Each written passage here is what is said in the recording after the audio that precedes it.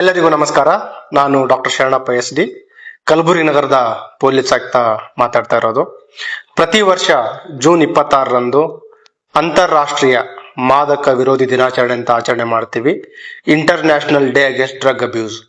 ಇದರಲ್ಲಿ ಏನು ಈ ಮಾದಕ ವಸ್ತುಗಳ ಒಂದು ಮಾರಕ ಪರಿಣಾಮ ಇದೆ ಸಮಾಜದ ಮೇಲೆ, ಅದ್ರ ಬಗ್ಗೆ ಅರಿವು ಮೂಡಿಸುವಂತ ಕಾರ್ಯಕ್ರಮವನ್ನ ಈ ದಿನ ನಾವು ನಗರದಾದ್ಯಂತ ತೆಗೆದುಕೊಳ್ತಾ ಇದ್ದೀವಿ.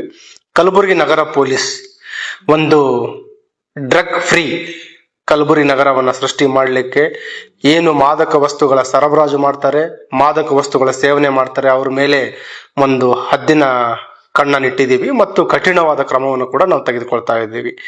ಈಗಾಗಲೇ 100 ಪ್ರಕರಣಗಳನ್ನು ದಾಖಲು ಮಾಡ್ಕೊಂಡಿದ್ದೀವಿ ಮತ್ತು ಅದೇ ರೀತಿ ಎಲ್ಲಾ ಶಿಕ್ಷಣ ಸಂಸ್ಥೆಗಳಲ್ಲಿ ಕೂಡ ಅರಿವು ಮೂಡಿಸುವ ಕಾರ್ಯಕ್ರಮವನ್ನ ತೆಗೆದುಕೊಂಡಿದ್ದೀವಿ.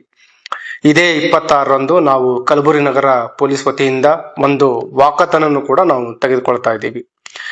ಒಂದು ಮಾದಕ ವಸ್ತು ಮುಕ್ತ ಕಲಬುರಗಿ ನಗರ ನಿರ್ಮಾಣ ಮಾಡಬೇಕಾದ್ರೆ ಪೊಲೀಸರ ಜೊತೆ ಶಿಕ್ಷಣ ಸಂಸ್ಥೆಯವರು, ಸಮಾಜದವರು, ಪೋಷಕರು ಕೂಡ ಕೈ ಜೋಡಿಸಿದಾಗ ಮಾತ್ರ ಈ ಒಂದು ಮಾದಕ ವಸ್ತು ಮುಕ್ತ ಕರ್ನಾಟಕ, ಮುಕ್ತ ಕಲಬುರಗಿ ನಗರ ಮಾಡ್ಲಿಕ್ಕೆ ಸಾಧ್ಯ ಆಗುತ್ತೆ.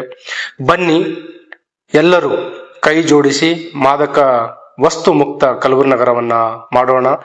ಸೇ no to drugs and keep your near and dear ones away from drugs.